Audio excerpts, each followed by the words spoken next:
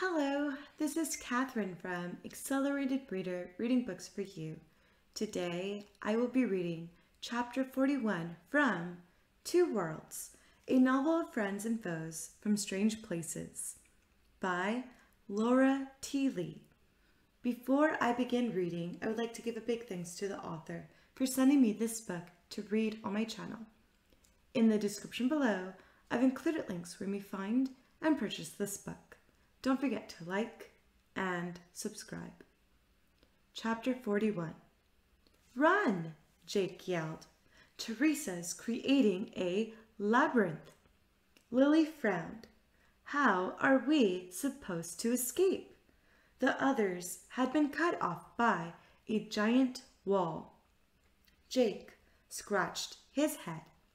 Give me a second to think. Lily pounded on the wall, which was already looking and feeling like solid rock. Teresa's voice echoed in the corridor. You have 9 minutes to find your way out of here. The walls swirled around Lily, giving her vertigo. The corridor was now split into 3 different tunnels.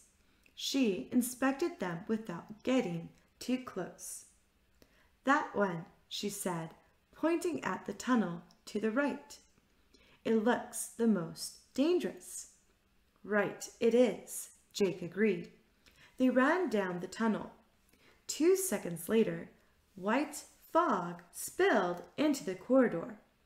Don't get gassed, Jake warned. She held her breath and sped deeper into the tunnel. 7 minutes, Teresa sang. Shut up, Lily wanted to say. The fog disappeared and suddenly they were standing in an empty corridor with no visibly dangerous surprises in sight. Lily frowned. Something's not right. Jake leaned forward to take a look, and a wall of fire nearly consumed his face. Lily screamed as he stumbled back. I am going to punch Teresa in the face, he grunted. He and Lily gradually made progress to the end of the tunnel. They waited for the wall in front of them to disappear, but it didn't. Lily pounded on the hard stone. 4 minutes, Teresa said. Let us go, Lily yelled. The Queen's voice dripped with false sympathy. Oh, dear, I believe you've come to a dead end. Something caught Lily's eye. To her left, there was a ladder, almost hidden next to the wall. Let's go. She grabbed Jake's arm and led him to the ladder.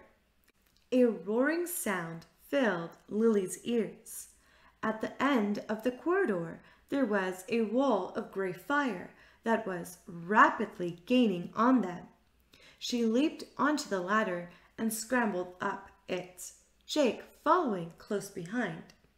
Jake climbed over the wall as the ladder crumbled to dust underneath him. 2 minutes, Teresa said. Jake yelled something in Elfin, and it sounded suspiciously like, Will you shut up? With a strange accent. Wait, how can I understand what you're saying? Lily asked. Translator, Jake said. Lily thought of the tiny earpiece she had, which she thought was just a communicator. She looked down and saw a gate, rapidly sliding down. Normally, she wouldn't have even thought of going through any door she didn't know about, but she could see wisps of magic floating around inside, so it was obviously very dangerous. Typical, Lily thought. She climbed off the wall as fast as she could, hoping that Jake would keep up. They slid under the door right before it changed. Off the wall as fast as she could, hoping that Jake would keep up. They slid under the door right before it clanged shut. 1 minute, Teresa's voice said, and I'm not going to wait any longer. Mangy bird brain, Jake muttered in Elfin. In front of them, there were 4 doors.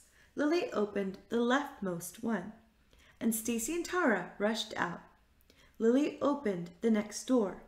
It seemed empty, just a tunnel leading somewhere, but Lily could see the ruins of Teresa's throne and part of her purple dress at the end. Don't make a sound. We'll all be destroyed, Lily whispered.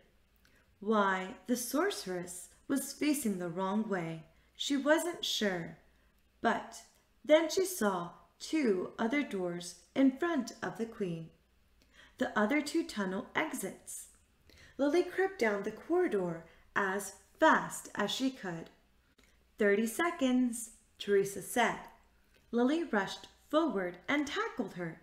Ack! The sorceress sprawled on the floor.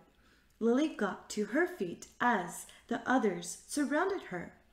Where is everyone else? She demanded.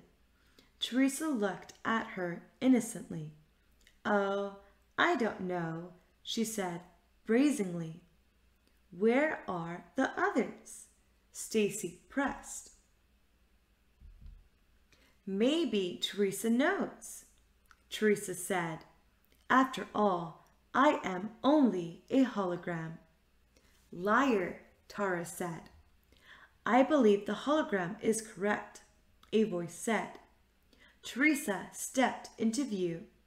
The real queen, not the person who was apparently a hologram nearby. But of course, you can't tell who is real, the sorceress said. The Teresa who was laying on the floor smiled and dissolved into mist. But now you know, the queen said. Jake stepped forward. Where is my family? He growled. Faster than Lily and just about anyone could react, a bow appeared in Teresa's hands. She aimed an arrow at Jake's face. I am already past my promise, she hissed. I gave you 10 minutes to live, and yet here you are, still alive and unharmed. Tara darted forward and sliced the arrow in half as it sped toward Jake. The queen aimed another arrow at Tara. None of you could possibly escape my wrath, she said, because nobody here is like me, an elf with a magic part in her brain. Lily pretended to mishear her. A magic fart in your brain? She asked. Gah! Teresa's arrow missed Tara by an inch, embedding itself in the wall. Clean your ears, she said. Lily sighed. What do you want, Teresa? The sorceress beamed at her. A wonderful question. I want many things. A gray lab coat appeared over Teresa's dress. A misty notepad and pen appeared in her hands, and glasses popped on her face, so she looked just like a college professor. If college professors had magical powers and wanted to take over the world. She began to take notes. Let's see. I want to take over the universe. Everyone wants to do that. Teresa adjusted her glasses and continued to write on the notepad. I want all elves to respect me, preferably by their destruction. Oh, wait, then they wouldn't be there to bow to me. What else? Oh, right. I would like to get out of this prison once and for all. The queen tore a page from her notepad and tossed it to Lily. Naturally, Lily expected it to dissolve into mist. But as the paper floated through the air, it solidified into a single sheet of loose leaf paper. She caught the note and began to read. Teresa Fauvet's greatest needs. Take over the universe. Destroy all elves. Earn eternal respect. Get out of prison. Visit New York for a vacation. Lily finished reading the note and passed it to Stacy, who crammed it in her pocket.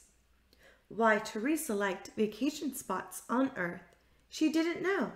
A joke? Jake said. Well, Teresa, Fauvet, your needs are, impressive, but you still haven't answered our question. Where are our families? Oh, in the basement, the Queen replied. But then they are guarded by Guai, one of my best attack dogs, so you have no choice of saving them. You named a guard named Guai, Lily said. How is Guai a proper name? 2 seconds later, there was a loud bang, shaking, cracking the floor. It sounded like something big was stomping underneath them. Lily scanned the room. How were they supposed to get to the basement? The cracks in the floor expanded outward from a single point. Unfortunately, the spot was directly in front of Teresa, and she didn't want to get that close. Without thinking, Lily felt herself charging the sorceress. Teresa disappeared in a flash of gray as Lily drove her sword into the ground. Thank you for listening. Stay tuned for Chapter 42.